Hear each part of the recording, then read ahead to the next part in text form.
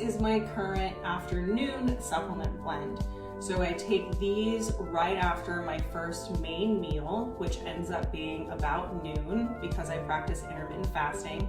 So after I have food in my system, I take these every single day. Again, subject to change because I'm always changing my routine. So one, CoQ10, incredible supplement. This one is from Metagenics, always on the list for longevity supporting supplements. I do one EGCG, which is a green tea extract, great for immunity, blood sugar balance, metabolism, lots of other things. Definitely don't do that on an empty stomach. There's also EGCG in my L-theanine blend. I take another dose of L-theanine. This is only 100 milligrams. Big L-theanine fan over here. That Calm Focus.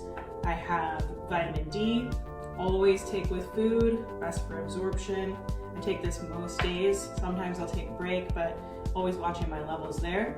I take 3 of these collagen supports from Metagenics because I'm working out all the time and not getting any younger. Maybe getting younger, but not getting younger by the calendar. And then liver support. So I take 2 of these, even though you can take 3 just because I want to stretch the bottle.